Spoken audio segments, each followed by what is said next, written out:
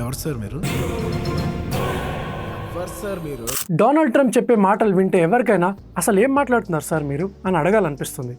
డైరెక్ట్గా ఒక సివిలైజేషన్నే ఫినిష్ చేసేస్తారా? అంత ఈజీయా?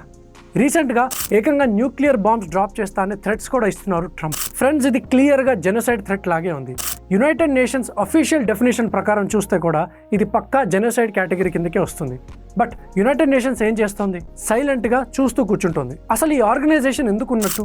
What purpose is it serving? Total failure. అసలు ట్రంప్ ఫినిష్ చేస్తా అంటున్న ఆ సివిలైజేషన్ గురించి ఆయనకు ఐడియానే లేదు. ఒకసారి ఆ క్వాజై క్రిస్టలైన్ టైల్స్ని చూడండి.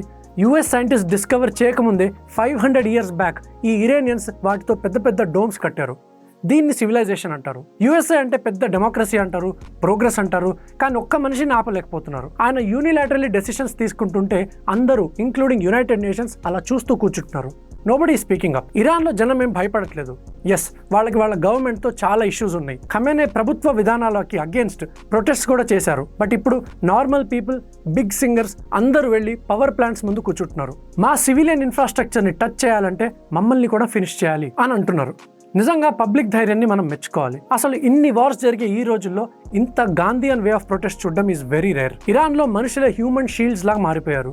బ్రిడ్జెస్ మీద ఫ్లాగ్స్ పట్టుకొని ప్రొటెస్ట్ కూడా చేస్తున్నారు. ప్రిన్సిపల్స్ అనే ఒక ఫేమస్ బుక్ రాసిన రే డాలియో కూడా ఒక మాట చెప్పారు.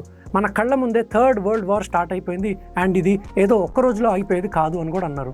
This is really concerning. ఒక్క మ్యాడ్ మ్యాన్ వల్ల మొత్తం ప్రపంచం సఫర్ అవ్వాల్సి వస్తుంది. ఇది యుఎస్ఏ డెమోక్రసీ ఫెయిల్యూర్ మాత్రమే కాదు, టోటల్ గ్లోబల్ ఇన్స్టిట్యూషన్స్ ఫెయిల్యూర్ కూడా. ట్రంప్కి తెలియని విషయం ఏంటంటే సివిలైజేషన్ అంటే బాంబ్స్తో పోయేవి కాదు. అవి మనుషుల మైండ్స్లో, హార్ట్స్లో, బ్లడ్లో ఉంటుంది. He should have spoken after thinking deeply.